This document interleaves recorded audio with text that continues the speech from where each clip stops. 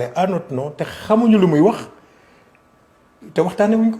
Vous n'en avez pas discuté en amont. On n'en a pas discuté et jusqu'au moment où je te parle jusqu'au moment où il prenait la parole xamuñu woon kuy jël parole benn te xamuñu woon lu muy wax tey ci salle bi lañ ko découvrir et ça c'est la faute au ministre qui est dans le parti pris. Bon, on le connaît de toute façon mais je crois qu'on se connaît assez moom war na xam ni on va pas se laisser faire si les ministres des collectivités territoriales il l'est pour toutes les collectivités territoriales mais il ne l'est pas pour une partie des collectivités territoriales. ñun xam nañu da ngeen gis ne dafa commencé jàng. mais jàng na.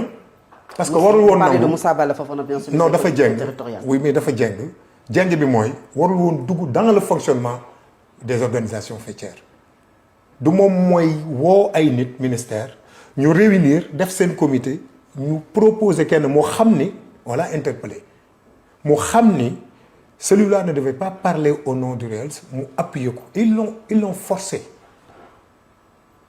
Alors, vous avez suivi le discours, loolu la force c'était du théâtre parce qu'en réalité c'est le pire discours qui a été prononcé là-bas parce que boo xoolee sax l'AMS a fait des efforts en parlant des problèmes des collectivités territoriales. Le président du conseil départemental de Kaolack Benjeloun a posé les véritables questions qui concernent les collectivités territoriales mais lui en réalité il n'a parlé que de lui et que de sa disponibilité à travailler avec le président. Et vous avez parlé d'une salle faussement remplie. Remplie. Non, mais et pourtant, oui. salle bi, oui. ay élus locaux ñoo fa nekkoon. Oui, mais pas seulement des élus locaux. Quand xam nga le terme, moi j'ai dit faussement remplie. Pour ceux qui comprennent. J'ai vu même quelqu'un qui disait que non, c'est pas vrai. La salle était pleine. Bon, il comprend pas le français.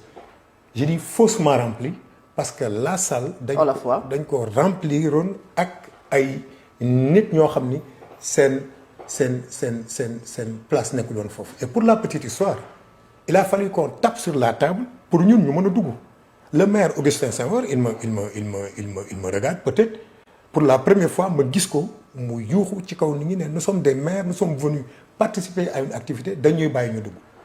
C'est le protocole de la présidence qui est venu calmer les jeux pour ñun ñu mu dugg ci salle bi parce que les gens avaient dit que non dañuy arrêter, la salle était pleine.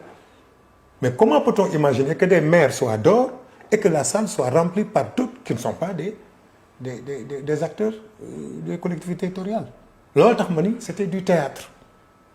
Tout était mis en place pour plaire au président de la République, pour lui montrer que les collectivités territoriales adhèrent à